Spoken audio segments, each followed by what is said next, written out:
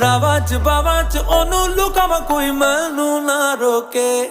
ਮੇਰੇ ਢੋਲ ਜੁਦਾਈਆਂ ਦੀ ਤੈਨੂੰ ਖਬਰ ਕਿਵੇਂ ਹੋਵੇ, ਆ ਜਾਏ ਦਿਲ ਤੇਰਾ